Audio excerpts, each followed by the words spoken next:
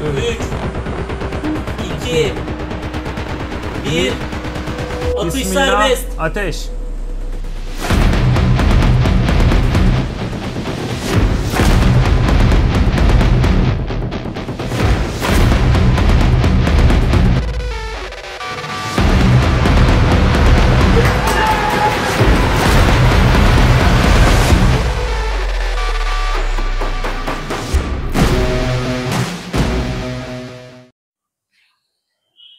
আপনারা দেখলেন Bayraktar drone কিভাবে হয়তোবা কিলিং মিশনগুলো পরিচালনা করে।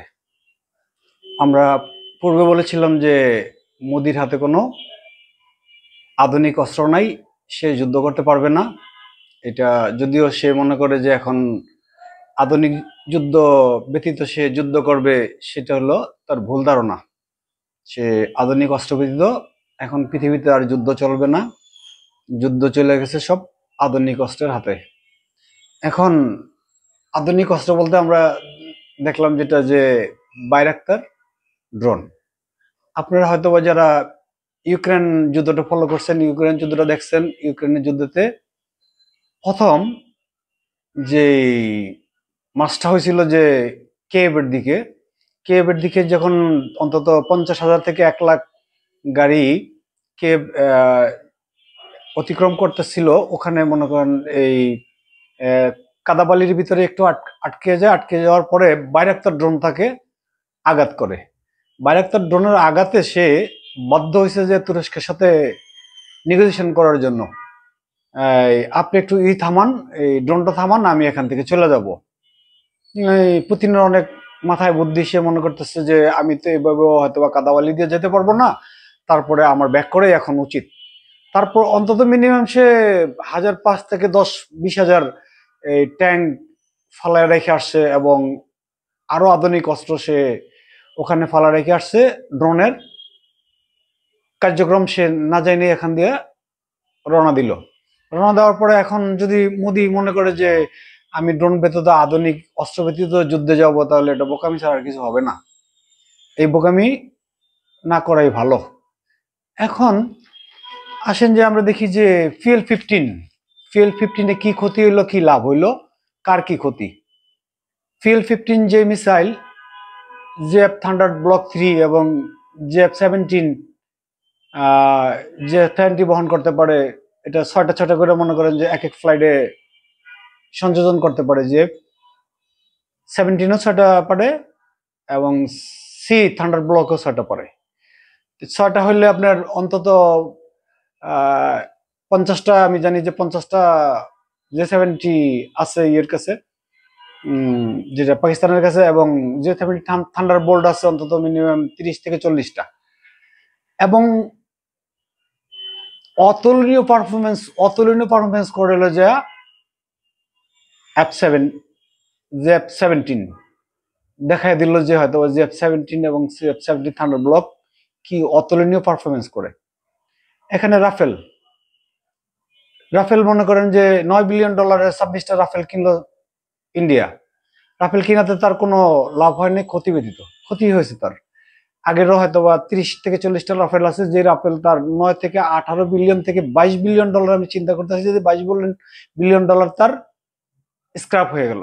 এটা কোনো মূল্য নেই, মূল্যহীন হয়ে গেল FL-15 কাছে। এখন আমরা দেখবো যে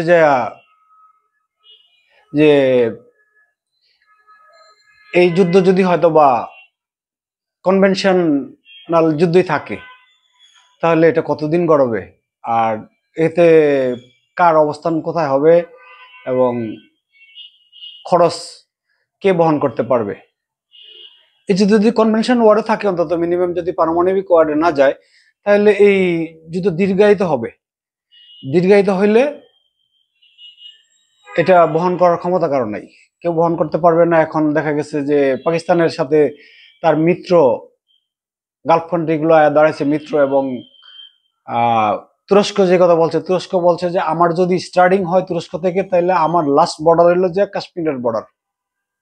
এটা খুব মারাত্মক কথা, যেটা জিওপলিটিক্সে খুব মারাত্মক ব্যাপার, যে তার লাস্ট তুরস্কের বর্ডার হলো যে কাশ্মীর বর্ডারের কাছে আসা। এখানে বলছে যে আমার ভাইয়ের জন্য আমি সবকিছু উজাড় করে দিব।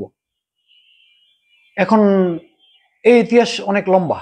এই ইতিহাস জানতে হলে আপনার জানতে হবে যে আফগানিস্তানের ইতিহাস, মঙ্গোলিয়ার ইতিহাস, জানতে হবে আপনার বাদশাহ সুলাইমানের ইতিহাস। এগুলো সব জানি না, তারপরে আপনি লাস্ট অ্যানালাইসিস করতে পারবেন হয়তোবা পাকিস্তানের রাজনীতি, পাকিস্তানের ইতিহাস। এটা অনেক সময়ের ব্যাপার। এটা আমরা পর্যায়ক্রমে যাব, পর্যায়ক্রমে আলোচনা করতে থাকবো, সংক্ষিপ্তভাবে পর্যায়ক্রমে আলোচনা করব। এটা লাভ কি হইলো, ক্ষতি ঘাড় হইলো। এখন এই যুদ্ধফিল্ডটা থেকে উঠে আসাটাও মানে একটা ক্ষতি। আর উঠে না আসা তো তার কোনো রাস্তাই নেই, উঠে তো আসতেই বলবে। আপনার পশ্চিমা দেশ আপনাকে আগের আগের হয়তো ভিডিওতে আমি বলছিলাম যে পশ্চিমা দেশ তাকে ধমকাচ্ছে যে তুমি নেগোসিয়েশন করো, তুমি উঠে যাও এখান থেকে, এই যুদ্ধ হবে না। এখন পশ্চিমা দেশের যে ভাইস প্রেসিডেন্ট বললো যে তুমি একটা কাজ করো, ইন্ডিয়াকে বলো যে তুমি একটা কাজ করো, তুমি সন্ত্রাস দমনে পাকিস্তানের সাথে একসাথে মিলে কাজ করো। মারাত্মক কথা।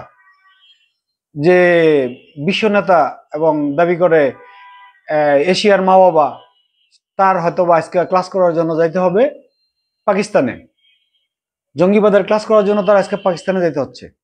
এটা মানে মেনে নেওয়া যায় না। আর মোদি ওটা মানতে পারবে না, কিন্তু উপায় নাই, মানতে হবে।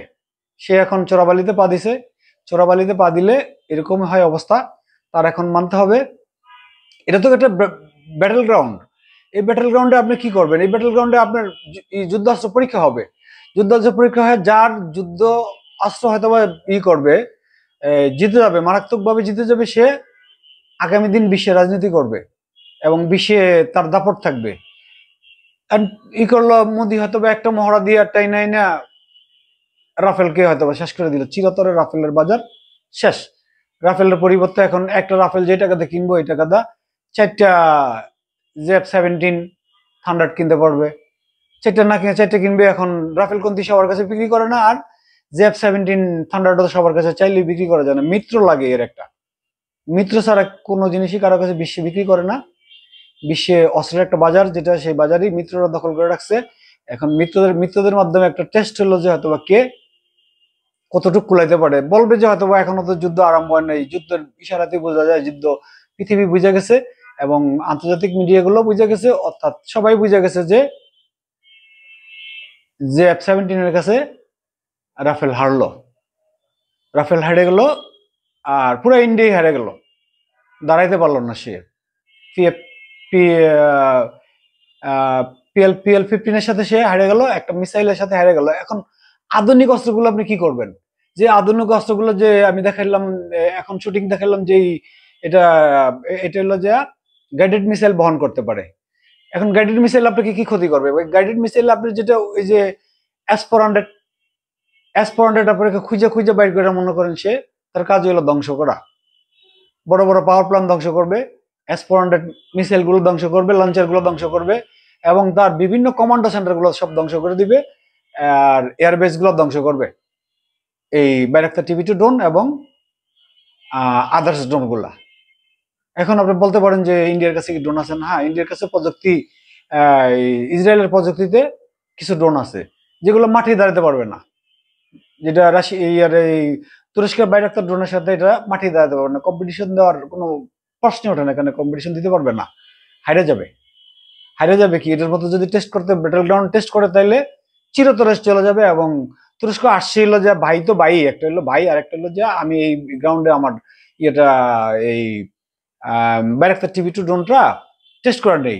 এর আগে হয়তো সে চেষ্টা করছিল যে রাশিয়া আর ইউক্রেন ফিল্ডে 100% এটাকে টেস্ট করবে, কিন্তু রাশিয়ার সাথে মিত্রতার জন্য এটা 100% টেস্ট করা সম্ভব হয় নাই। পরবর্তীতে এখন একটা সুযোগ আসছে, যেটা দুইটা ভারত আর পাকিস্তানে একটা গ্রাউন্ড হয়েছে, এই গ্রাউন্ডে সে আসে যে পরীক্ষা করার জন্য যে আমি এই মুহূর্তে এগুলা এখানে পরীক্ষা করে নিব। পরীক্ষা করে নেওয়ারই অস্ত্রের বাজার তার রমরমা হয়ে যাবে। যে অস্ত্র পরীক্ষা করার পরে ছিল, পরীক্ষা করার পরে যেটা $10, এটা পরীক্ষা করার আগে দাম ছিল হয়তো বা $5, ডাবল হয়ে যাবে এবং অর্ডারও বেড়ে যাবে।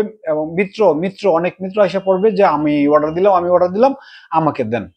ব্যাটেল গ্রাউন্ডে আসছিল যে জায়ান্ট কোম্পানিগুলো আসছিল যে এখানে পরীক্ষা করার জন্য, ফিল্ড পরীক্ষা করার জন্য। ফিল্ড পরীক্ষা আর সুযোগ নাই, যে পশ্চিমা দেশ বলছে যে হয়তো বা যে তুমি পাকিস্তানি স্কুলে যোগ দাও, বা স্কুলে যোগ দিয়ে ওখান থেকে তুমি ক্লাস করো, ক্লাস করে একসাথে কাজ করো, জঙ্গিবাদের কাজ একসাথে করো। কিন্তু আর সুযোগ নাই মোদির আর যুদ্ধ করার, আমি কোনো সুযোগ দেখি না।